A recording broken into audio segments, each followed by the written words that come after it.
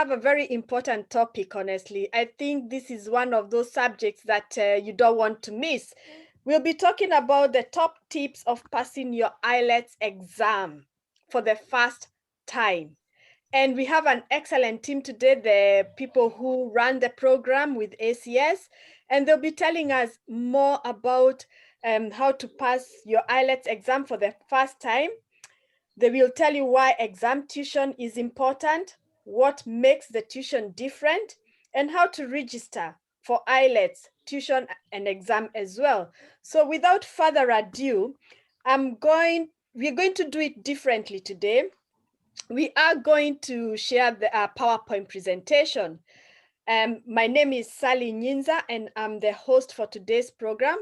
And also, please remember to write your comments in the chat down in the chat as well. We'll answer all the questions that you'll have for us.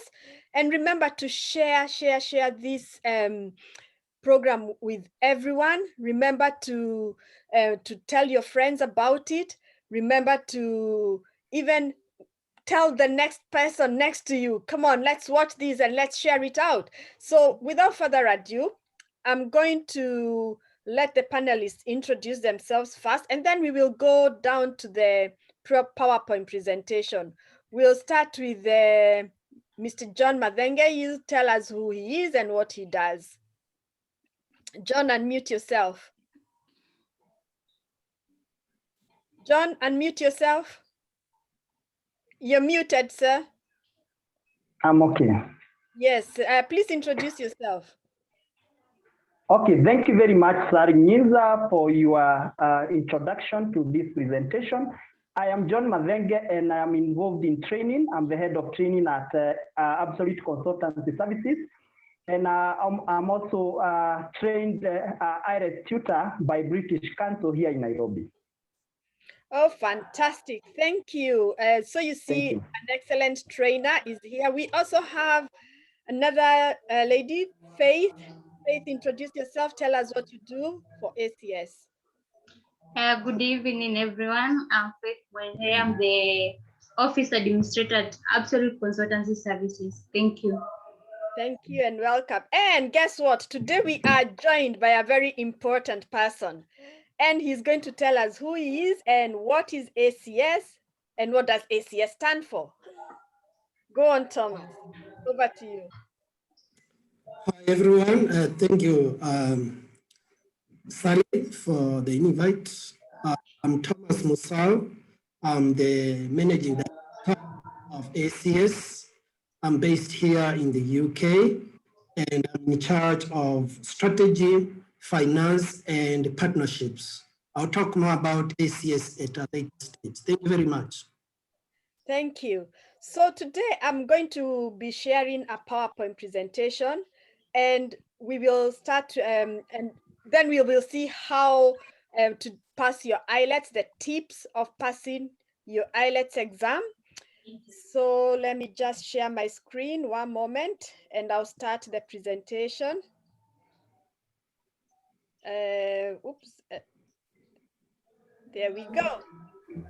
So we are going to do it in 3 parts, and part 1, it will be done by Mr. John Mathenge, who's head of training, and part 2 by Thomas Musau, who's the managing director, and part 3 by Faith Mwende. So we are going to start over with John.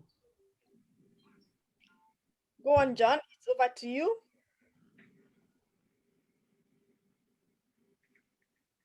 I think you're muted, John.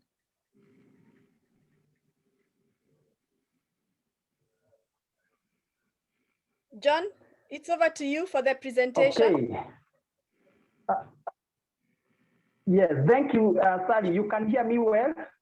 Yes, we can hear you. Thank you. We can hear you. Okay, I'm not muted. You can hear me well? Yeah, can I go on? Yes. Yes. Yes, thank you, Sally Nyinza, for your welcoming me to present this PowerPoint about IELTS and the best tips. Yes, And the best tips. Oops, sorry, I think I'm going too fast. That's it. I think we've dropped John, have we? He's gone. We can't find him now. Right, okay. So this is how we are going to do it because I think John's network is playing up. I'll hand over this to Mr. Thomas Musau to tell us about, to go through this presentation. Just one moment. You can hear me? Oh, you're back now. You dropped out, John. I'm waiting for you. Thank you. Now, as I was saying, I'm very grateful for welcoming me to share. Yeah, thank you. Sorry. Okay. I don't know what happened, but yes, I'm in now. I'm saying thank you very much for welcoming me to present the best tips for passing IELTS in the first test.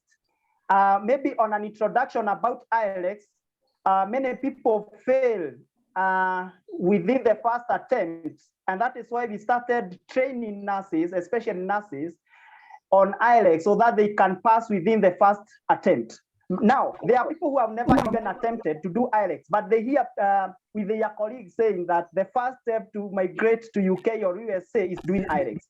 But what is this IELTS? That is what we want to understand. Maybe to start with, IELTS, as the word says, it is International English Language Testing System. Yeah, so it is a system that is developed by Cambridge University in partnership with British Council to test people who want to go and work or migrate to English-speaking countries, especially UK, Canada, New Zealand, and Australia. So the next slide.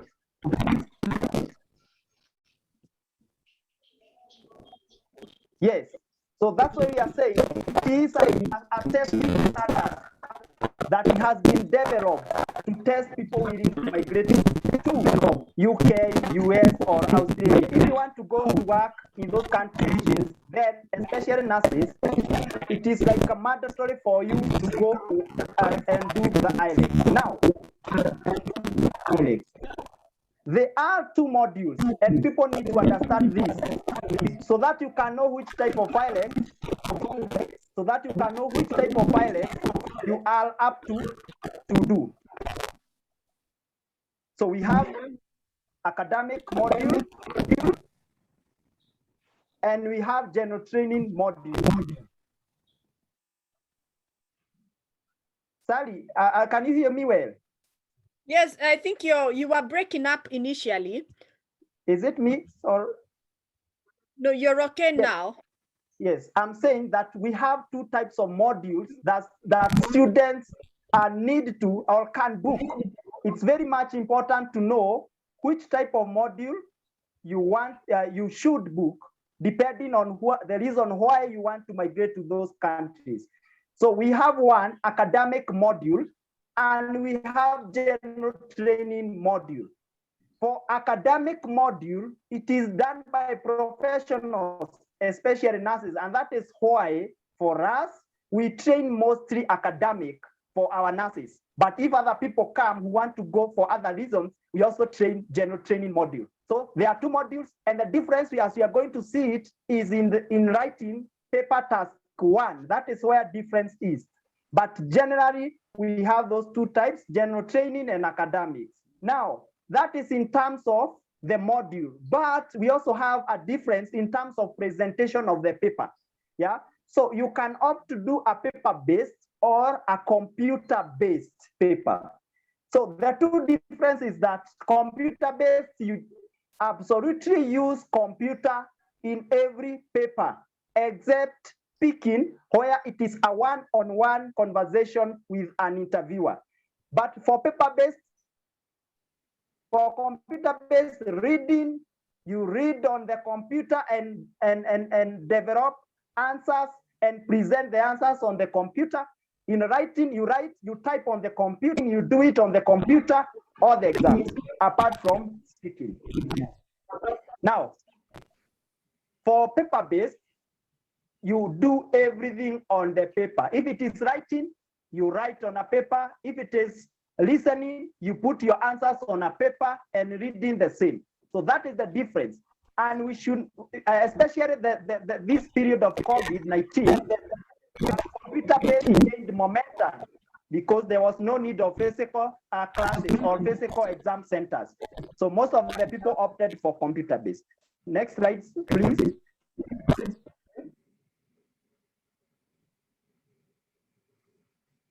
Good. I think my computer is slow. Now, yeah, but I can see it. The headline there is the IREX is tested on 4 communication skills. So as the computer loads, people need to understand that there are only 4 communication skills, and I think that is why British Council decided to test them. So I can speak, you listen, yeah, or you can speak, I listen. I may decide not to speak, so I may write what I wanted to say, and you read what I have written. Sorry. So that is why we have speaking, listening, writing, and reading as the 4 communication skills that British Council test. Now, in terms of the testing and marking and presentation of marks, here we are not given percentages as you are given in composition. That 30 out of 40, 11 out of 40. We are given BADs, B-A-N-D, BADs. The highest BAD you can get is 9, and the lowest BAD you can get is 0. So generally, each country or each organization has its required BAD.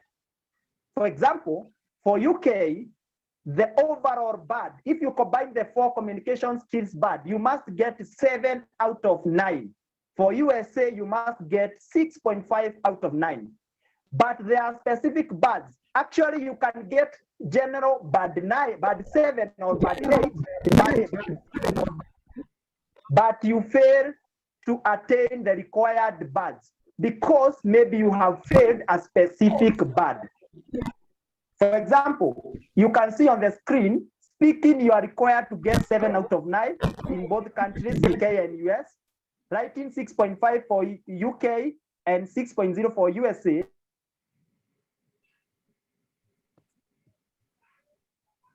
Looks like we're having challenges with the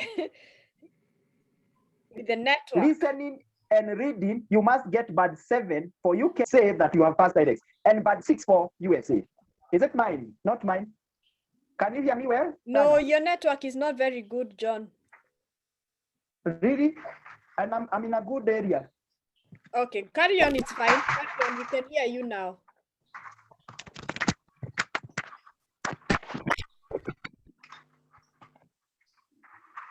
You're okay.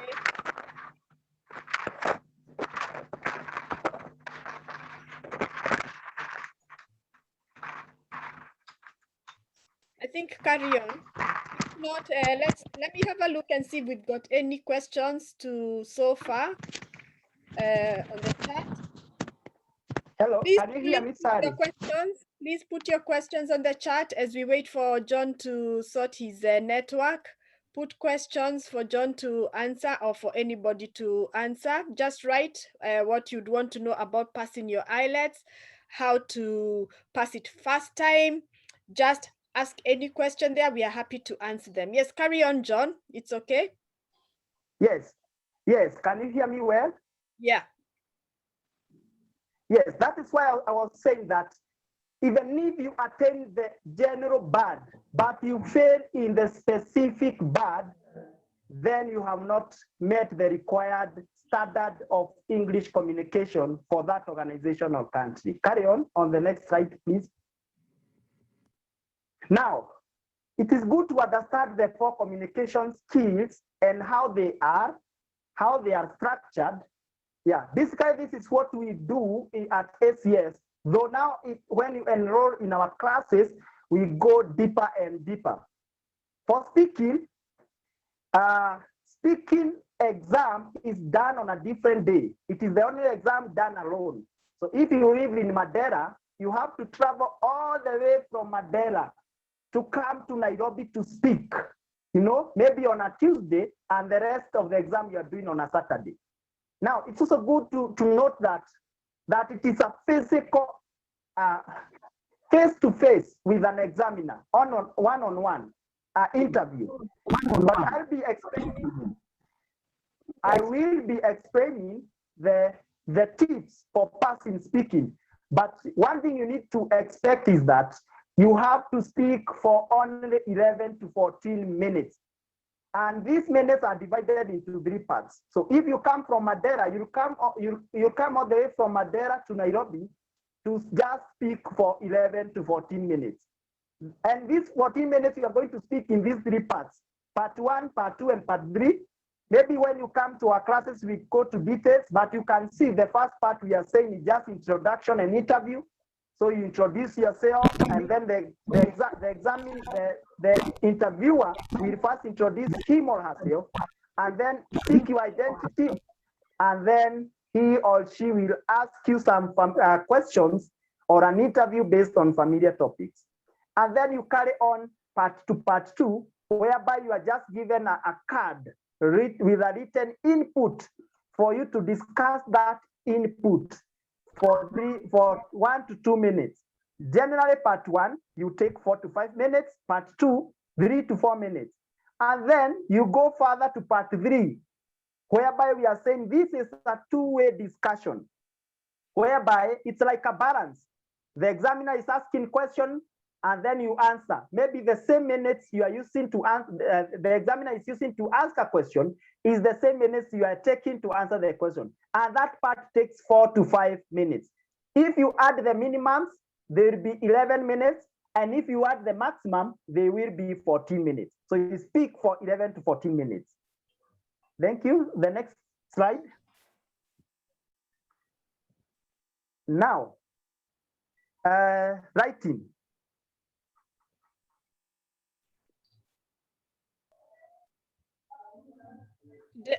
Now, on Saturday, when you do your speaking on maybe on a Tuesday or a Wednesday, yes. Now, on a Saturday, the following Saturday, you are required now to do the rest of the 3 exams, writing, listening, and reading. Now, what do you expect in writing? So you will be given 2 questions or tasks. We call them tasks. You have task 1 and task 2. And you are given 1 hour to finish the 2 tasks. Now, for the first 20 minutes, you do task 1, whereby you are required to write 150 words.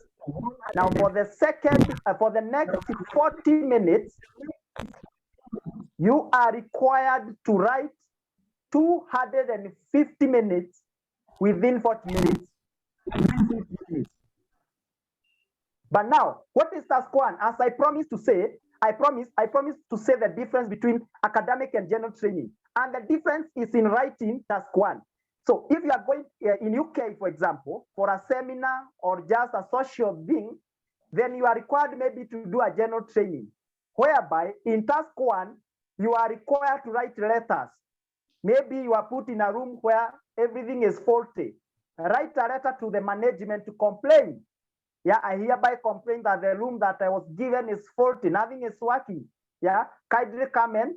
You know, that is what they do in general training. But when you come to academic writing, because we are saying it is done by professionals like you nurses, you are given some information in form of that is why we are writing there diagram, table, bar chart, or pie chart, or a map. That information, you analyze it and present it. For example, here in Kenya, we have the rising numbers of COVID-19 patients.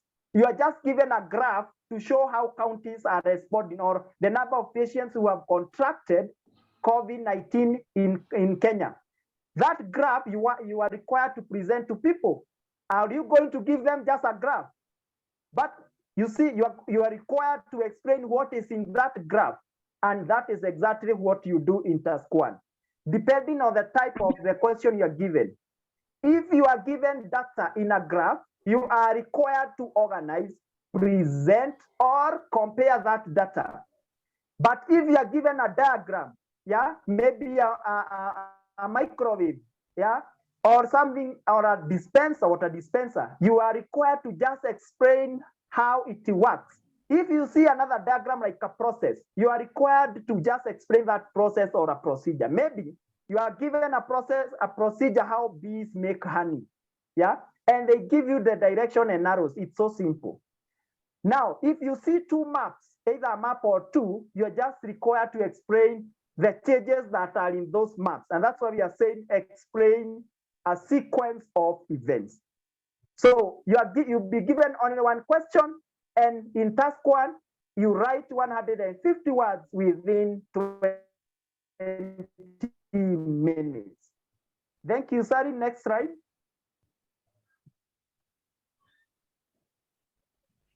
Now, after writing task one, you are given now task two question. This is more for those who did 844 here in Kenya. In high school, or in primary class 8 and form 4, we used to write compositions or essays. So this is a good example of an essay or a composition. Why? You are given a point of view or a question or a prompt for you now to talk or to discuss about that topic. For example, we can say, do you think that lockdown is the best way to contain COVID-19 in our country, Kenya? Yeah. To what extent do you agree or disagree? So that is a question. So you are required to discuss that question. Yeah. And how do you do it? We say in task two, though I'm not going to into details because task two is a bit detailed. You develop a position. Maybe Sari will say, for me, it's a no. Yeah. Our director will say, yes, lockdown will contain. What you have done, you have just given a position, your position. Now, justify why, Sari, justify why you said no. Our director, justify why you said yes.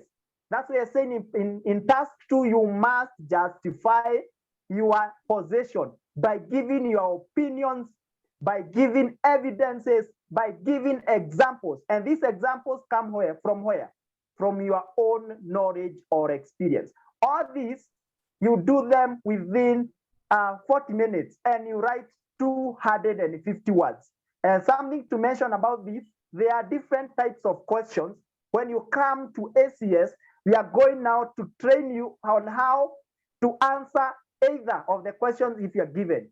There are questions, we say discussion questions, agree, disagree questions, solution questions, advantage and disadvantage question, and so forth. So you must know how to respond to any of the above.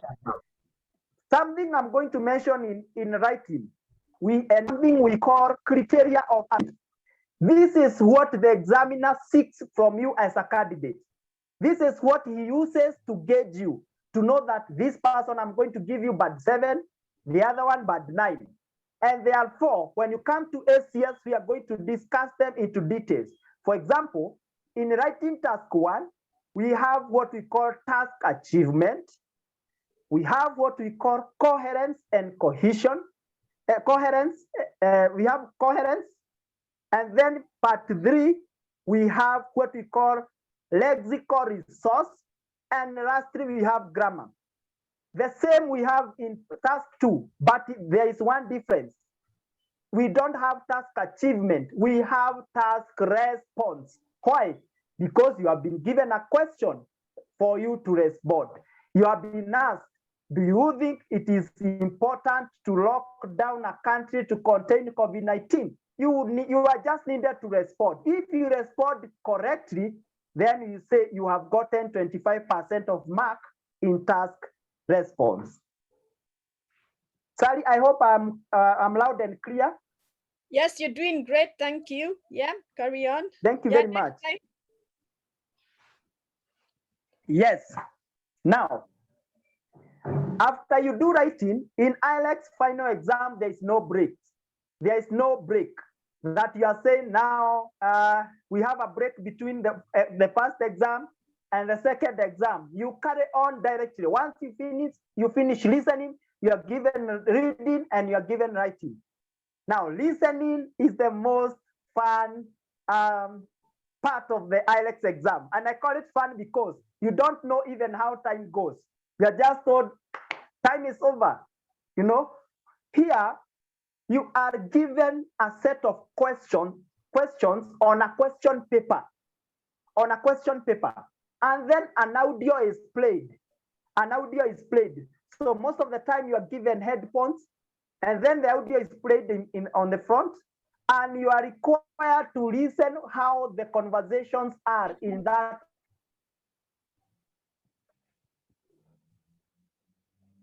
audio as you record the answers in your paper. For example, AC, let me give an example. Is in Kenya.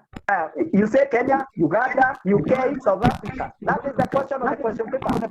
But on the conversation, they are speaking, me and Sari. Sari, do you think the headquarters of, where do you think the headquarters of ACS should be? Should they be in USA or South Africa?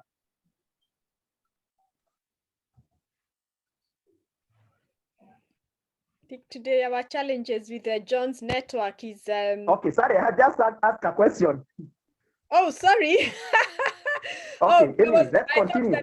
So you see, the conversation is about ACS and the headquarters. So Sari might respond, ACS office is not in USA.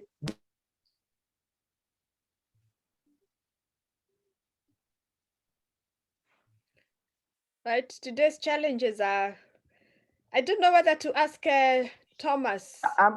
On your question paper, John. On your question paper, you must respond. It's UK on your answer sheet, right? UK, and you mark that. Now, it's also good to understand how many sections are there in listening so that you can plan your work and time. We have 4. We have 4 sections. Section 1, Section 2, Section 3, and Section 4. The first 2 sections, you are going to hear the first 2 sections. It's a discussion of up to 2 people. Mostly the first section, 2 people are discussing something. Then you go to a monologue. One person is discussing an issue. Then from there, you go to the last 2 sections where the discussion is up to 4 people. And then one person speaks alone in the last section. So that is how listening is. It's divided into 4 sections. And these 4 sections, you are given 40 questions. 40 questions. And you know what? You are listening the audio for 30 minutes as you answer 40 questions based on 4 sections. Don't mind how you are going to transfer the correct answers to your answer sheet. So you write all the rough work in the question paper, and then you are given 10 minutes to transfer all that into your answer sheet. When you are speaking about the tips, I'll be saying how you are supposed to transfer. What do you check and what? Let's go to the next slide, please, Sally, if you don't mind.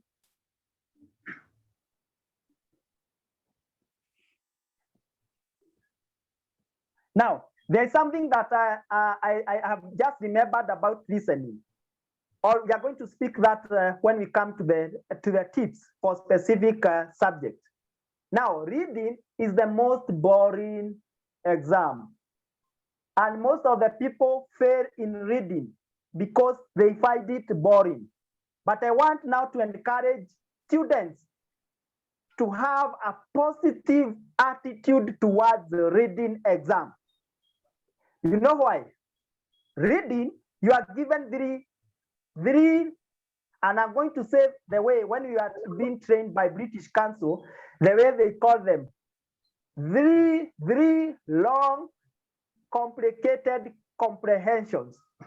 And sometimes they total up to words 2,000 to 2,250 to 2,750 words in all the three passages. Now, student ask, am I going to read the three long passages and answer 40 questions within 1 hour? Is it possible? That is why we started training, and we are doing so well in reading, so that we can show you the tips of answering reading. And we can tell you, you don't have to read the three long passages. You don't have to.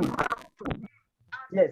So the most important thing in reading you need to get is to how to answer different question types.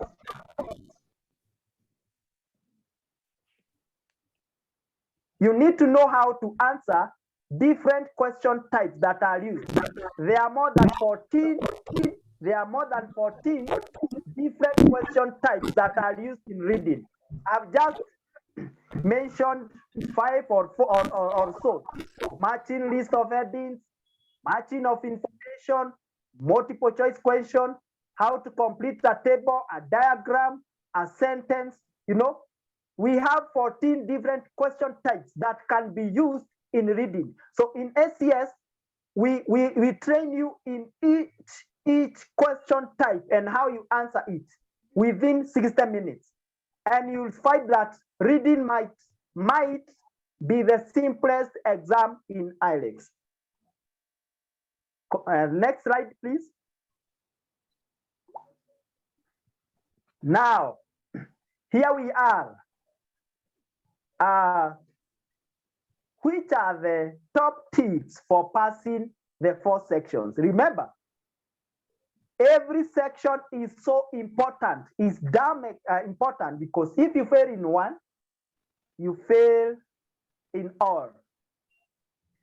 So speaking, the first thing you need to have is confidence. Confidence. If you lack confidence in speaking exam, you fail. So you must have confidence in speaking. Number 2, you must understand that IELTS speaking, it is an informal kind of speaking. It is an informal kind of an exam. It is not formal. Don't go there shaking as if you are going for a job interview. No? So you need, just the way I can call our director.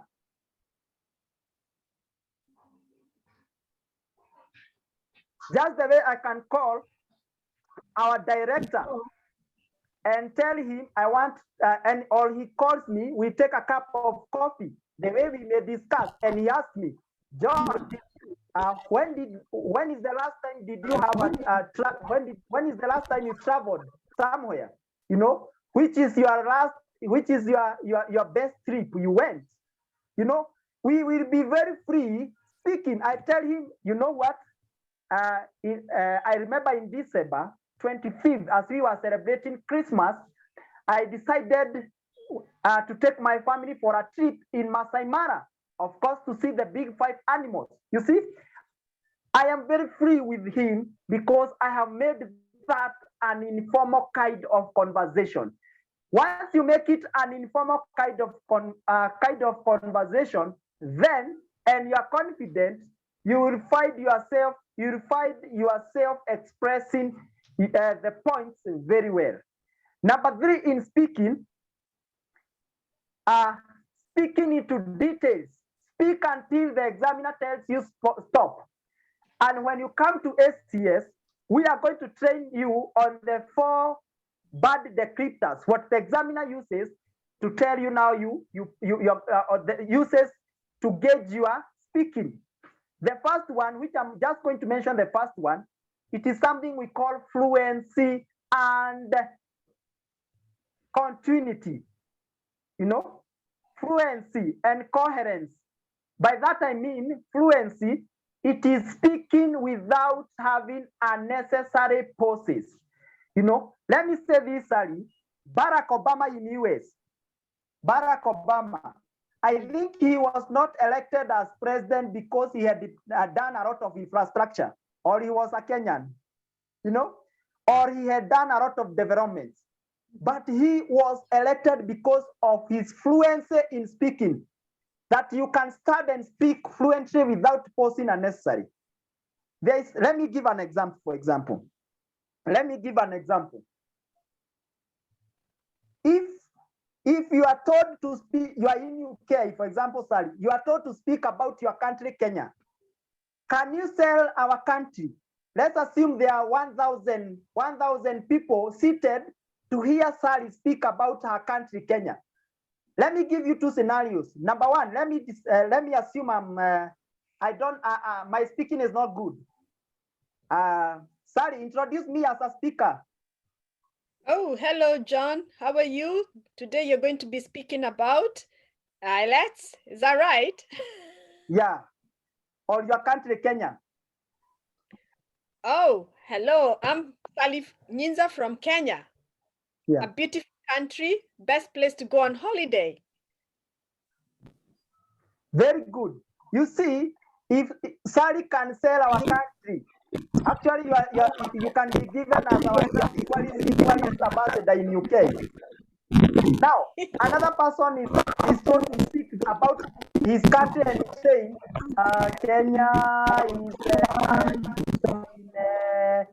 in East Africa, bordering Tanzania, and I love. You are going even to go the examiner. You don't have fluency. But if you start speaking, I come from one of the most beautiful countries in the world. Kenya is located in East Africa, bordering Ethiopia in the north, on the north, and bordering Tanzania on the southern side, Uganda on the western side. We both having the best wildlife conservancies. So what you are doing, you are speaking in fluency, and that is the first criteria. The rest we are going to study with our students when they join ACS training calendar. Now, listening. Listening, as I say, it is the most fun, but again, critical test, because you can be a good listener, but you fail IELTS. Listening. One, you need to understand that the 4 sections I say, the speakers come from different dialects. Maybe speaking IELTS part 1, section 1, the speaker is a Briton. The 2 speakers might be Briton, from Britain. Section 2, the speaker is from New Zealand. Section 3, the speaker might be from Canada. And section 4, maybe a Black American. So mastering how to understand the 4 dialects, the different dialects, is key. So you must listen as the first tip. You must listen as many as possible. Listening exams and materials for you to have a good command of all the dialects that can be used. Number 2, listening is the only exam that I tell people to be psychologically, mentally, and socially ready. And if you are sick, I don't know whether you are going to cancel the exam. As I tell my students, I don't know whether you can use Pampers. For example, if you have diarrhea, because you can't even afford to go for washrooms, you know, because even if you drop your pen, the minute you are picking your pen, you are in number 5. The speakers are answering question number 12, and you fail just like that. Remember, for you to get band 7, you must answer 30 questions out of 40 correctly. So number 1, I said, you need to be able to listen to many practice materials for you to have command of the dialects. And number 2, you need to be socially, psychologically, mentally ready for listening. Number 3, you must concentrate 100% on the paper. Actually, adjust your volume of the headphones so that you can hear well, and look at the question papers. Don't answer the correct answers on the answer sheet when the speakers are speaking. Yeah. For example, if you are writing principle, if the answer is principle, don't even worry about which principle. When you come to transferring your answers, now that is the time, because you're given 10 minutes. That is the time you are now going to check on the spellings, grammatical errors, and correct them, and then you transfer the correct answer on the answer sheet. Now, reading. Reading, you have to, one, have or you need to be prepared to answer different question types. As I said, if you don't train for IELTS, reading is the most difficult part, because many people go direct to reading the passage. So you are taking 5 minutes to read passage 1, and then you start answering question, and you'll go back to seek for answers in the same passage. So you'll take 25 minutes answering the first passage. When you are going to the next passage, it's almost 30 minutes. And that's how many people fail. So you need to know, if you are given matching of list questions, how am I going to answer them? Am I going to start by reading the passage, or am I going to just read the questions and the list given, and then I seek the answers? So that is why I say, in reading, you must come for training. We give you tips, especially how to answer question types. But still in reading, you need to have 32 to get 30 or 31 questions right for you to get band 7 and above. Writing. Now, in writing, as I said, we have criteria of assessment. And number 2, the other important thing in writing is format. How do you write? Like, for example, in task 1, you are supposed to write 150 words. How many paragraphs? So you need to know how many paragraphs can I write in task 1 writing. You also need to know how should I develop the paragraphs. Let me give a short tip here for writing task 1 only. For task 1, you must have an introduction. And an introduction, you just paraphrase the question. In other words, you give synonyms, you check some words without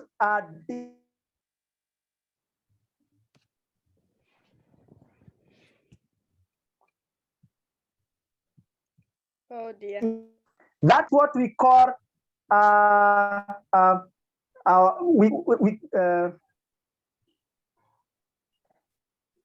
yeah, in writing. That is what we say. We are saying that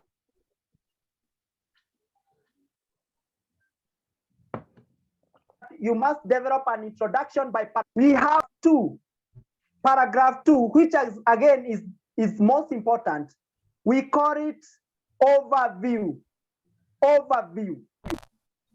Overview is giving details or overview or summarizing the whole picture or summarizing the diagram, checking what is high and checking what is low, giving what is weak and what is strong. And then from the overview, you write your body paragraph. Mostly in task 1, we don't write a conclusion. We don't write a conclusion. You save conclusion for task 2, whereby you have introduction, body 1, body 2, sometimes body 3, and a conclusion. And I think those are good tips you can use for to pass IELTS using during the first attempt. And I think that is, when you come to ACS, we are going to go into details for each task or each section to make sure that you pass within the first attempt. Thank you very much, Sari. And thank you very much for that presentation. Right. So I'll stop sharing there.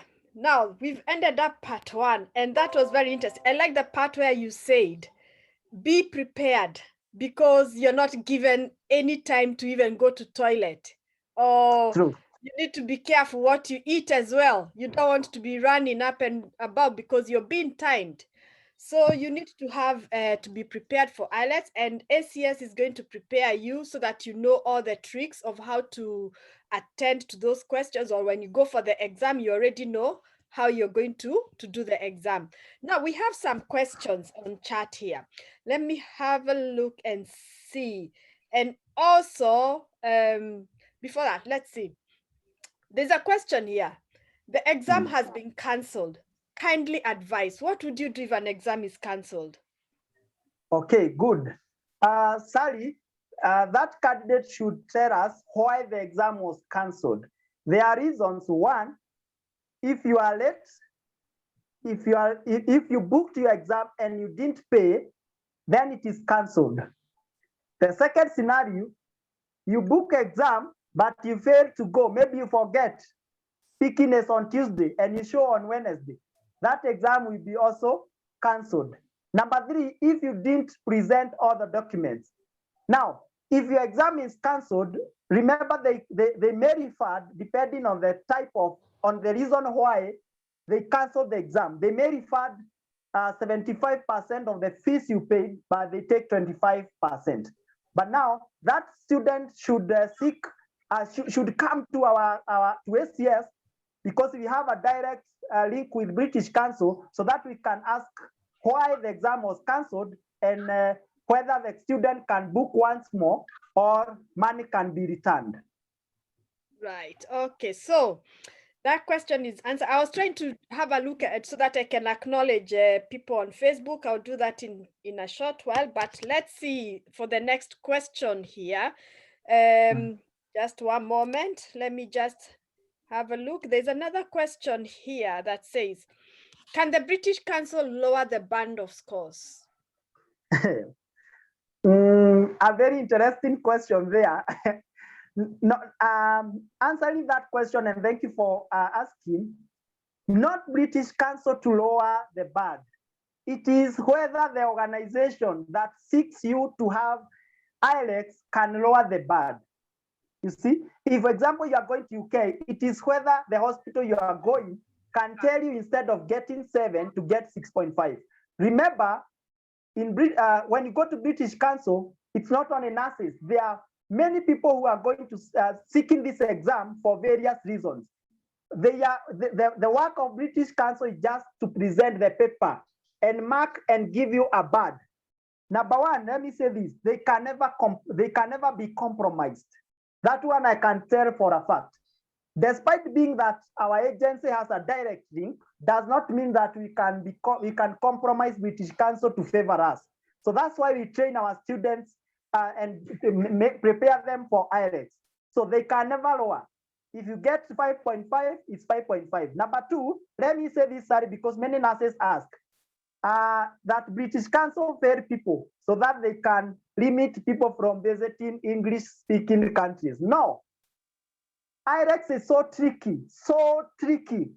And that's why when we are training, we unveil these tricks and try to advise our students how they can tackle these tricks. It is so tricky such that you can come out of the exam room saying that one I'm going to get 38 out of 40. But you find yourself getting bad 5. It is so tricky and it is not direct. So the more we need to come to you for the training, isn't it? To understand how to pass them, is it, and how to master these tricks. Right, let me acknowledge people here. We've got Rachel Barbara. Thank you for watching. And there's also Betty Makunga. Thank you for watching from wherever you are. We can see we've got quite a few shares as well and a few people watching from around the globe. I can't tell where they are from, but yes, I can see there are a few people. So please share to your friends if you're watching. Let them know, especially people who want to do their IELTS exam. Please share this episode because there are so many important tips for them, and also so that they can contact ACS to know how to do their IELTS exam and get ready for it. Thank you so much, John, for such a comprehensive presentation. And I'm sure that people will be asking you many questions even later on. So we'll keep checking in the chat to see if there are any more questions. I'm going to share the slides again because we have part 2 coming up now. And part 2, we've got, let me see, can you see that, everybody? Yep. So part 2, we are going to introduce the Managing Director of ACS, Mr. Thomas Musau, who's going to take us about the company overview and about IELTS training management. If you give a brief description, because I think we are running out of time. I know we started late, but this is really important to talk about the overview of the company. Just one moment. I don't know what's happened there. That's it. So over to you, Thomas. Thank you, Sally, and everyone who is watching this program. As said, I'm going to present to you the part B of why train with us. And I'm going to cover company overview to tell you what this company is all about, how it's structured, and how we work. And then the second part will be about how we manage the IELTS training. Thank you. Let's go to next. Right. ACS is an international company. It's headquartered in the UK, where I am based. In Kenya, we have the country director, Professor Lazarus Makewa, who should be part of the audience. And we also have a programs manager who oversees the programs in the office. We are very much an international company to the extent that we have to follow the International Code of Professional Practice with all the 10 values that are supposed to be followed by a company that is international and is involved in training and recruitment. Some of the practices that are acceptable and are must for an organization like us is respect for law, which means anyone working with us as a client, as a partner, must expect us to be very compliant with the law of Kenya and any other country where we work. We are currently working with UK, a number of partners in the UK. We are in the US, and we have also recruited for Saudi Arabia. And at the moment, we are working with the Qatar for another possible partnership.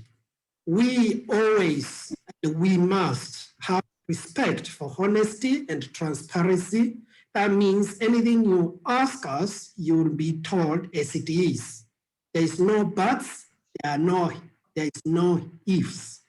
And as the managing director, if there are things that are not done properly, I take this very seriously, and the staff will tell you this.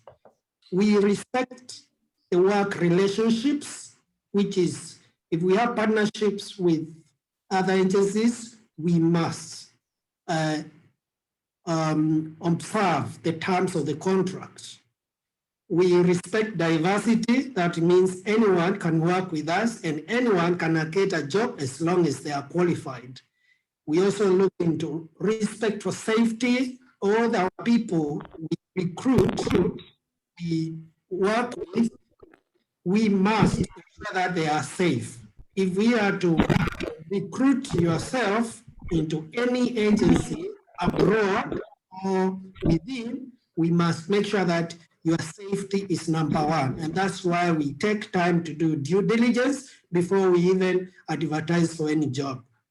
In terms of respect for professional knowledge, we make sure that people who are duly qualified for a position are paid according to their qualification. We negotiate the best rates for you, and whoever we are working with, including partners, we look at the terms of employment that they are not underpaid because we can lose our license. There are areas of certainty of engagement, meaning that your contract must show that how long it is, and in terms of termination, what are your dues, and we make sure that those are all followed according to the law. Respect for prompt and accurate payment. This is a requirement, it's a law. We are here in the UK, and our main job is to make sure that all those things are followed to the letter. If we are to give out anyone to work with any agency or any employer out there. In terms of ethical international recruitment, obviously, this means that when recruiting, there are some countries that we can't recruit because probably there is not enough people to work in that country. And once we get any news or any updates from the relevant where we cannot recruit, we will let the office in Kenya know, and we will not accept anyone from that particular country. And then obviously confidentiality and privacy. This is about people's information. We do not share anybody's information with anyone whom we have not signed a contract with. And these are legal things that you can complain. And if anything happens contrary to that, we will take that very seriously, because obviously our license can be withdrawn. In terms of company, ACS has got 4 main values that you can trust us to deliver in. One of them is availability. Anytime you call us or you call the office, you will get somebody who is available to address to any issues that you have, any queries, and anytime somebody has complained of not being has not followed this principle, then the management takes this very seriously. We are very flexible.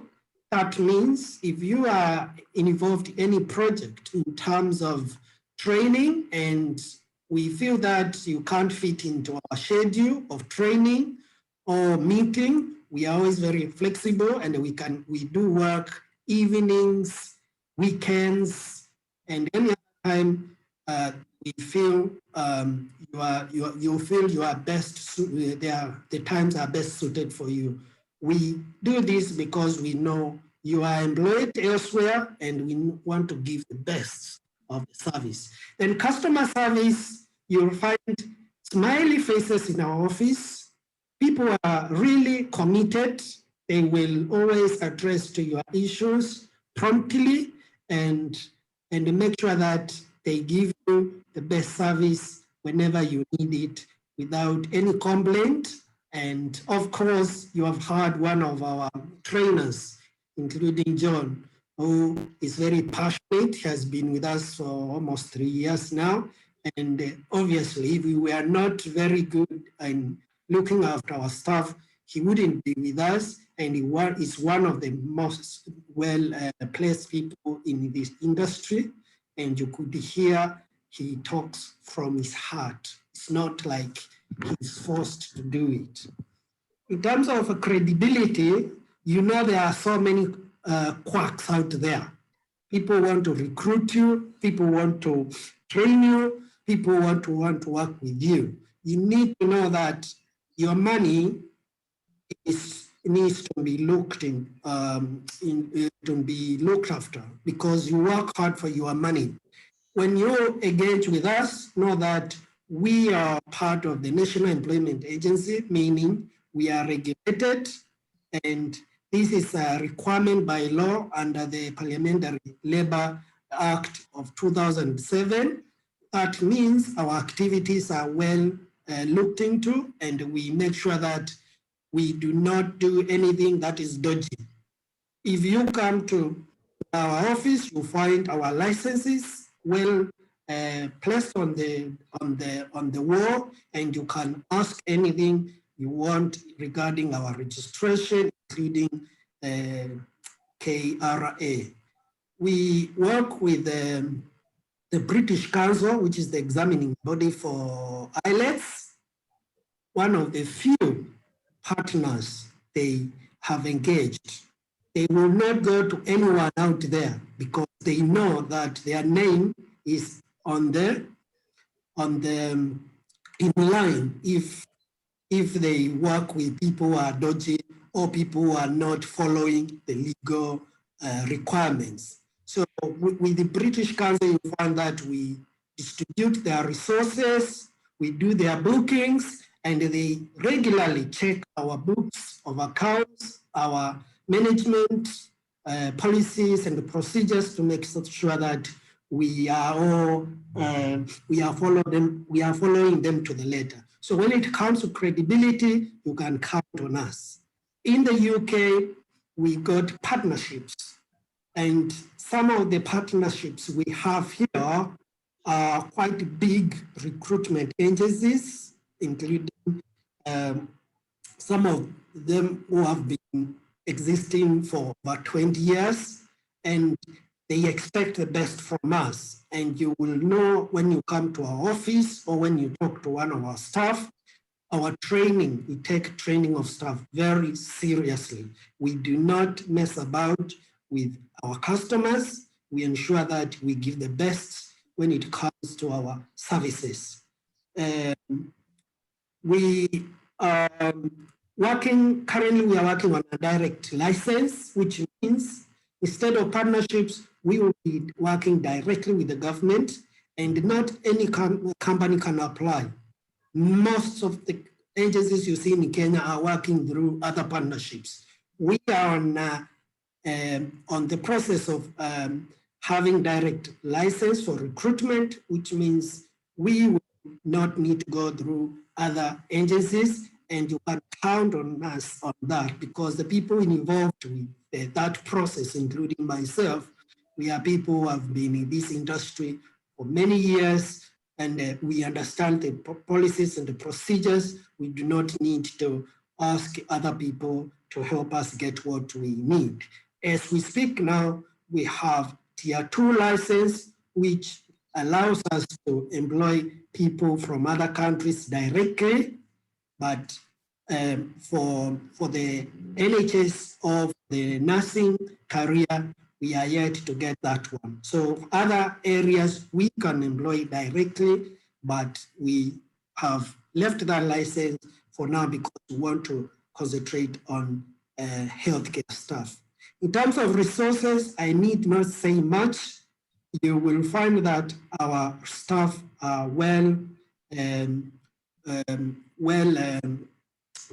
trained, and if you must know, the country director who is in charge of all the projects and other partnerships and finance at the moment is our old professor. He is following, and maybe next time he will talk about how he manages the office. And obviously, we are well grounded when it comes to finance. That's why if you complain about anything, we can easily just tell the office, refund them until they are happy to come back. You won't be told we can't refund you because we do not have money. And this is very key when you are dealing with agencies, because many partners, many people out there training you, trying to recruit you as nurses, they will take your money and they have to pay for their transport. Tomorrow you ask for that money, you won't get it back. So think hard when there's choosing who you want to work with, because when you are not well grounded, it means you might lose your money and you can't go anywhere. And also think of other people, think of in terms of legalities. If they are not regulated, it is not the best people to work with. And finally, when it comes to the issue of staffing, if it's a one-man show, be careful, because you might pay your money and that person is knocked by a train or a bus and you have lost everything. So think of an organization that has structures in place, is well-grounded, has everything so that you don't lose your money or somebody does not take your money and run away with it because it's one-man show. Anyone without an office, obviously, you must be very careful. Thank you so much. Let's go to next slide. Sally, I'm going very fast because of time. Yes, I'll say that I'll add something there. I would say, God forbid nobody gets run over by a boss. But we do know what you mean. To add that, God forbid, yeah. But exactly. It actually happens. And imagine all the people are paid this money. I always tell people, risk assess what you are doing. Now, this aspect of training, I must say that the way we operate is we are very strict. And those who have dealt with us in training of of IELTS and CBT and the NCLEX for America will tell you that there is a system in place. This system allows us to manage these courses in a very in a way that everybody receives the best, receives value for money, because we understand that the worst thing that can happen is to pay your money, you get nothing out of it, or you find tutors who are not well prepared, who don't know what they are talking about, or you find that sessions have been missed. These are things we look into. We have a well laid out schedule, which is flexible, which we can change with the consultation with the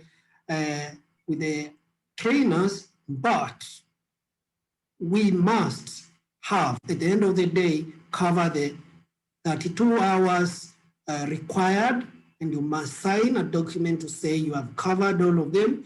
And don't forget, the 2 hours sometimes can be extended free of charge if you fail in your final exam, because we do continue supporting these people with our reference materials free of charge, our links to other areas of tips, and you can still call your tutor and ask anything. Once you become our trainee, you remain our trainee throughout, because we are trying to make ourselves we call ourselves the ACS family. And you find that once you have worked with us, you'll always be part of us. In terms of, I wanted to say, one of the other reasons why we pride ourselves with the way we do our training is 90% of our trainees or our clients are through word of mouth. That means people will come to us, actually go and sell us because of the service they have received. This is very important, because if we were bad, we wouldn't have that rate of referrals coming to us.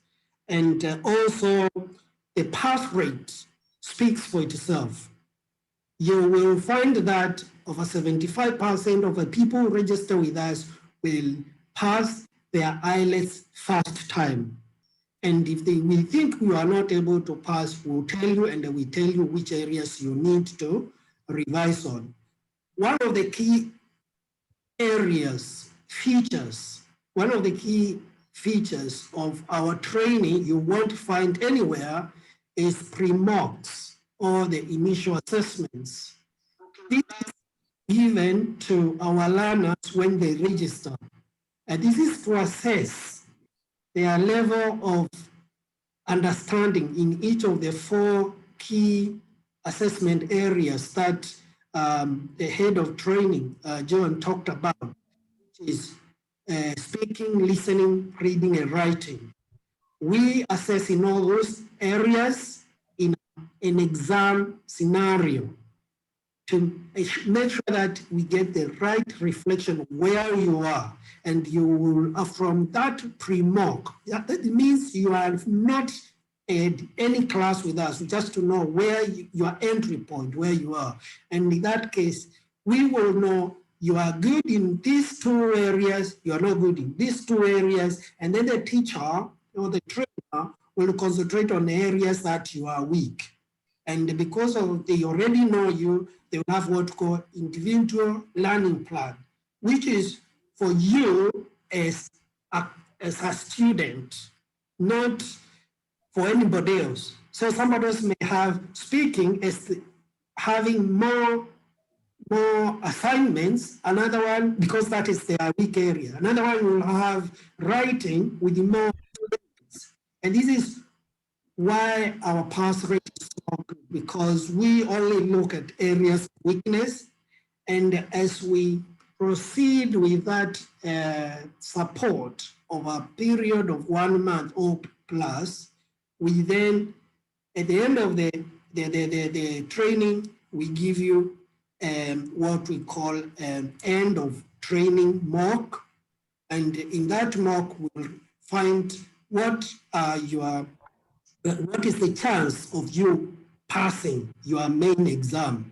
And we'll advise you if you should go ahead and book, or you have to wait while the tutor looks into the areas we think you are not good at. Some people will say, let me just do it, I'll pay another exam if I don't pass, which we can't really say no. So that is those 2 features of pre-mock and after training mock are very specific about our training. It's not anywhere, and my tutors have said this. Just go back, please. In terms of learning resources, we use so many types of resources, online training resources. Thomas, past exams. Thomas, sorry, yes. Are you okay to go a bit faster because of time? We've been at doing the presentation for over an hour now, and we still have 1 more area. I'm actually finished. Give me 5 minutes maximum. Okay, 5 minutes, no more. I'm timing you. I've put the timer. Learning resources, as I said, we have partnership with the British Council, and we have got resources that are original. You can buy off us, but if you are part of our students, you get them for free. And that means if you are paid your fees, it includes learning resources from British Council. If you are not, if you want to do private studies, we sell it as a very good price, actually less than what the British Council sells. Although we get from them, we reduce ours because our aim is to support you. Finally, when it comes to training, we make sure that the trainers must prepare reports for each single learner for each single week. And that tells us how they are getting on. And that is very important for us because we don't want learners to spend time not getting enough support. And we also have office calls. This is now for the office to find out, are students happy? If they are not happy, then the management is involved, and then we have to find why things are not working as planned. Finally, we have to say we do both online and physical classes. There is Corona now, but when we are back, we'll resume those physical classes because there are people who love physical classes, but at the moment, the online class is quite effective. A lot of people are doing it, and most of the exams now are online, so it's good you're getting involved with online as early as possible. Remember, if you are with us, we give free CBT classes, no charge at all, and at one of our presentations, we'll talk about CBT classes and see how we support learners. Remember, our fees is one of the best.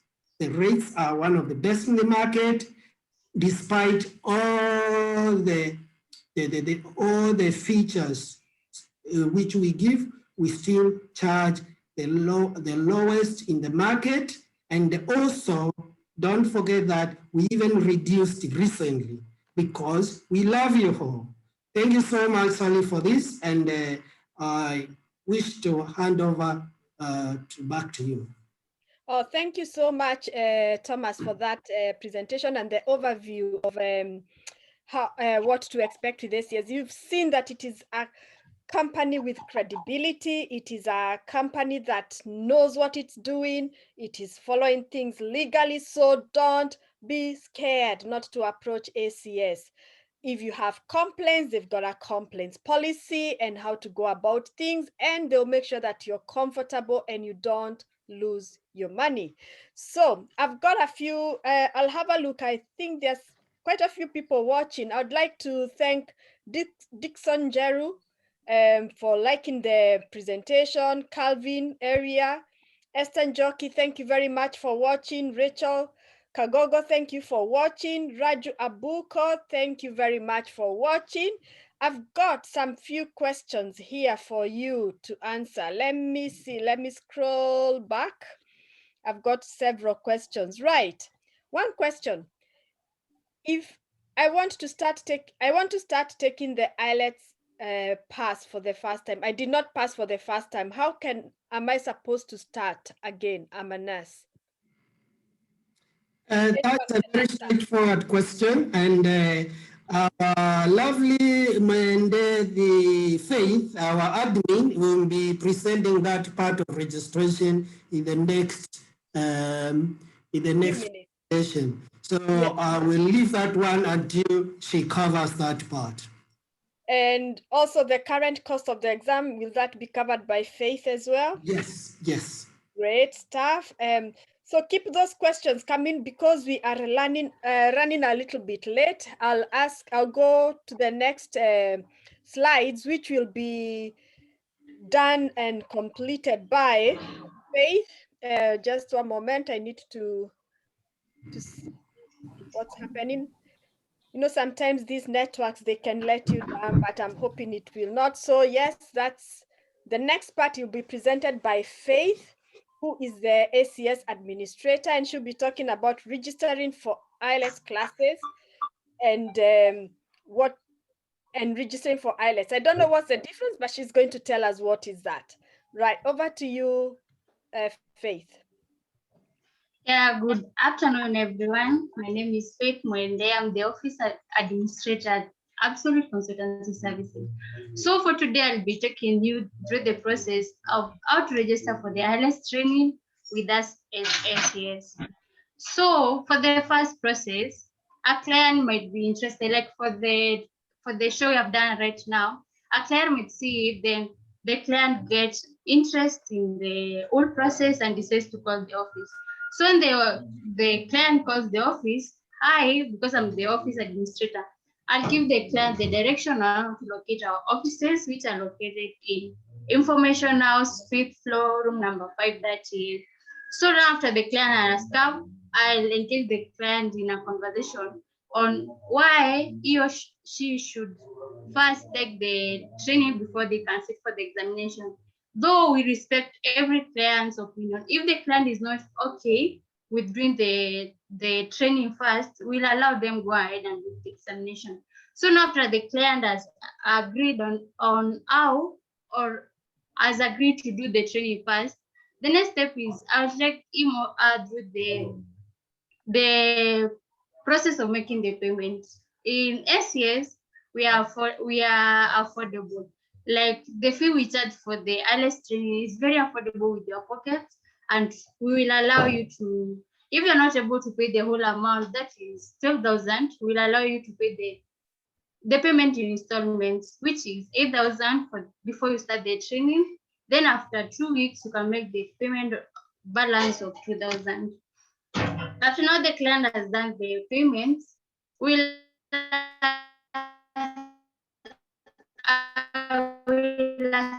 assign specific Oh, I'm thinking if your network is not very good. them through the training. For like, for example, John is one of our tutors. So now after I've assigned John for the client, okay, sorry about that. Saying after now the client has done the payment, I'll assign a specific tutor for them, which will be taking them to the training. For example, we have John here. I can choose maybe to take John for the client to take them through the training. We have send the tutor to them. The tutor will contact the client and introduce themselves to the client. Like maybe if it's John, you will call them, tell them like the process will be taking them through like the highest training now. Yeah. So now after he has conducted them, John will give them a specific time, like if the client, let's say he has made the payment today and the next training is kicking off from April 1st. So John will tell them like they can start from 1st. If the client is not okay, John will allow the client to choose a date which they feel is okay with them and a specific time. Like maybe the tutor can choose to do the training during the daytime, but to find like the client is not available, maybe he's working or is somewhere held up. So now the tutor will allow the client to choose a specific time, like time span which they want to be taken through the training.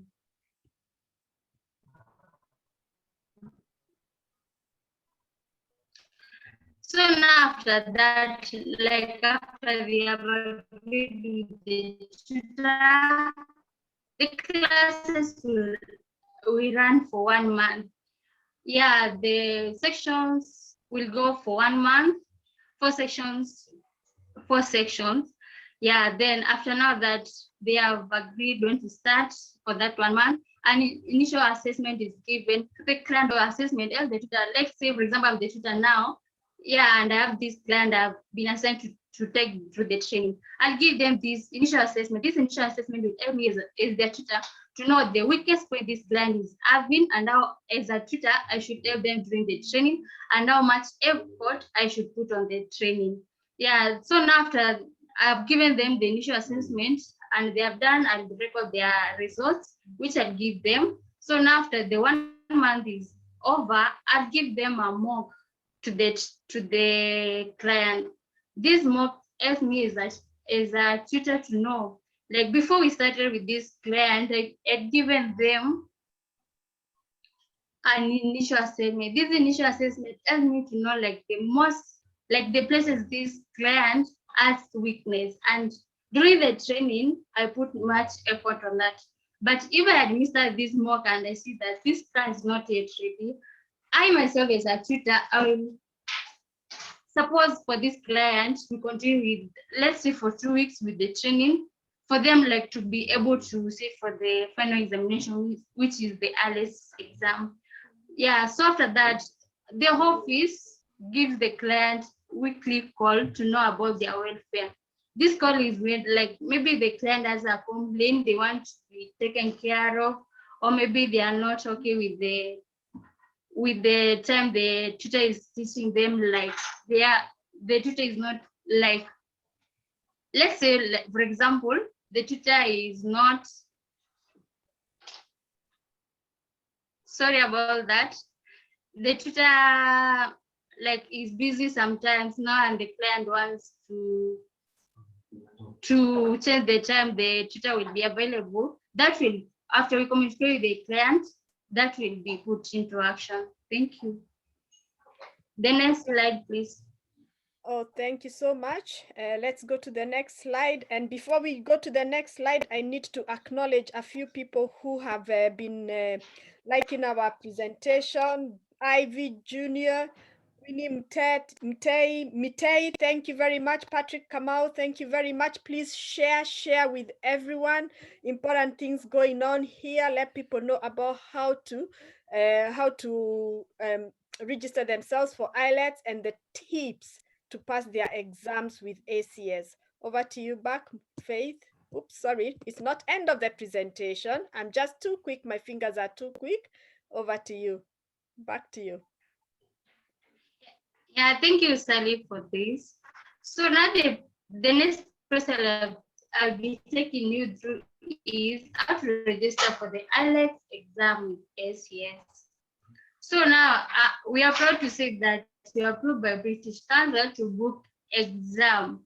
Like our institution is approved by the British Council to be booking exam for our clients. We find like there are some institutions which are not allowed to be booking the examination because before one is approved to do something, that the person they are sending them to do that day, they must have confidence with them. So for here, I say that the British saw it wise to choose us to be booking examination on behalf of our clients.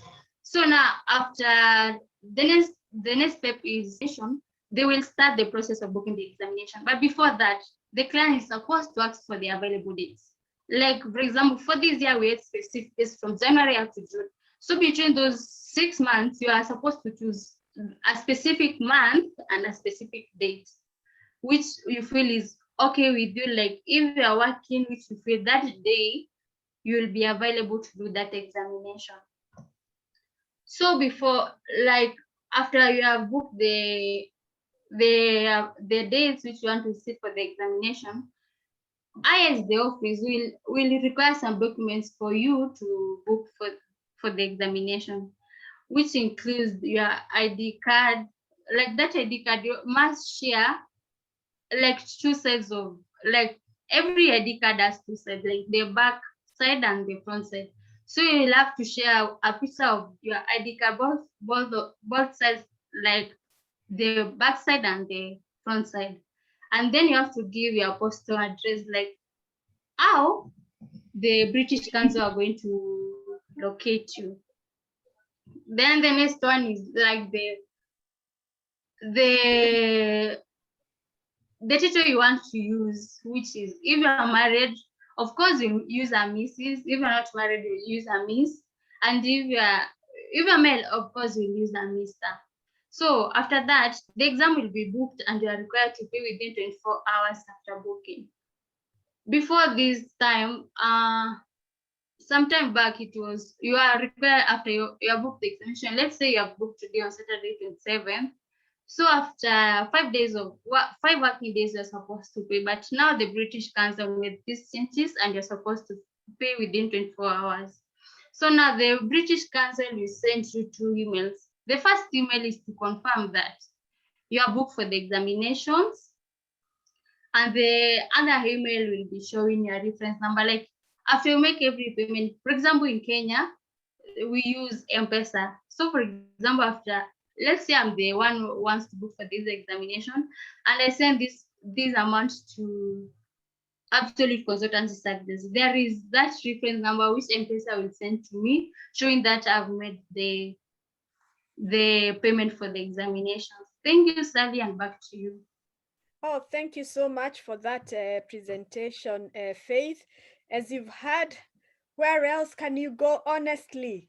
You've got an A team at ACS, from the administrative staff to the training staff. You are not left on your own there. So